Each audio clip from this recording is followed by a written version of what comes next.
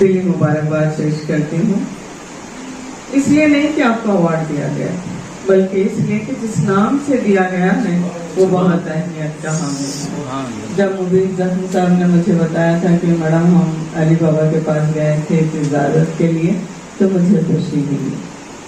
اس لیے نہیں کہ حضرت خواجہ بندہ نواز کی اہلیہ ہے، اس لیے یہ نام آپ کو یہ یاد دلاتا ہے اسلام اس کا نام نہیں ہے کہ خواتین چار دیواریں میں قائد رہیں. جو لوگ اسلام پہ انگلی اٹھاتے ہیں ان کے لیے یہ ایسے نام ہیں جو بتا دیتے ہیں کہ اسلام میں خاتون کا کیا مقام ہے. آپ کو ایک بات گوشے گزار کر دوں کیونکہ ہم بچیاں بیٹھے بھی ہیں. آپ کو ہمیشہ ایسا لگتا ہے اور بلکہ ہم خود احساس کمتری کا شکار ہیں کہ ہم مسلم خواتین کو آزادی نہیں، ہم مسلم خواتین کو یہ مقام حاصل نہیں. کیونکہ آپ اسلام کا مطالعہ تھوڑا گہرائی سے کیجیے.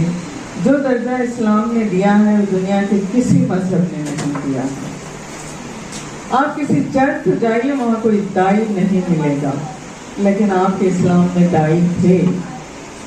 مدرسہ صفا پہ جتنے تعلیمات دی جاتی تھی اس میں خواتین معلمات بھی تھی، جیسے سب سے پہلے معلمہ حضرت عائشہ سے خطاب کی. تو پھر یہ کیا آزادی نہیں ہے؟ آپ کو جو کہا جاتا ہے کہ آپ حجاب میں یہ لحاظ میں رہیے، یہ آپ کے اپنی سیکورٹی ہے.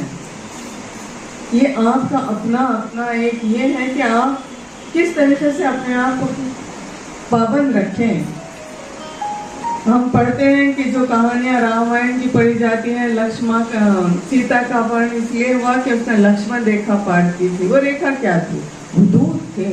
اسلام نے آپ کو حدود بتائے ہیں تاکہ آپ اس کے اندر محفوظ رہیں.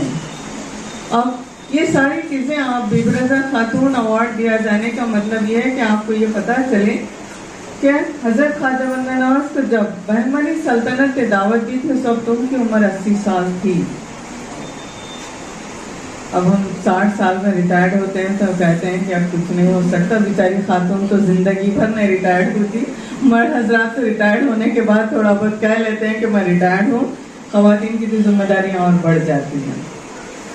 مگر 80 سال کی عمر میں جب آپ یہاں آئے، 105 سال میں آپ نے پردہ کیا، تو اندازہ لگائیے 25 سال تک آپ نے کیا خدمت کی کہ دکن میں پورا دین پھیل گیا.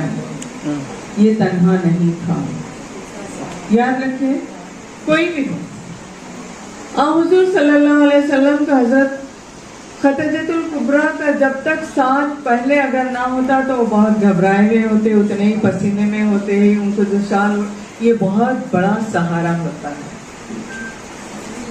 اگر شادی کے بعد حضور صلی اللہ علیہ وسلم نے آپ پر پابندی عائد کی ہوتی تو پھر وہ تاجر کے حیثیت سے کبھی حضور صلی اللہ علیہ وسلم کی خدمت میں وہ نذرانہ میں پیش کر سکتی تھی کہ جب آپ بیٹھے ہوئے تھے تو دولت کا اڈھیر آپ سے اونچا ہو گیا تھا. کیوں ہوا تھا؟ ایک دوسرے کا ساتھ ضروری ہوتا ہے.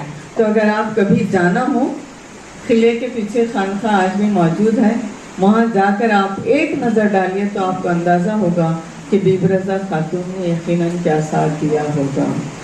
تو بی بی رضا اسکول بھی اسی بات کی ایک مثال ہے. ہم جب 9th میں تھے، Bibi Raza college open ہوا تھا.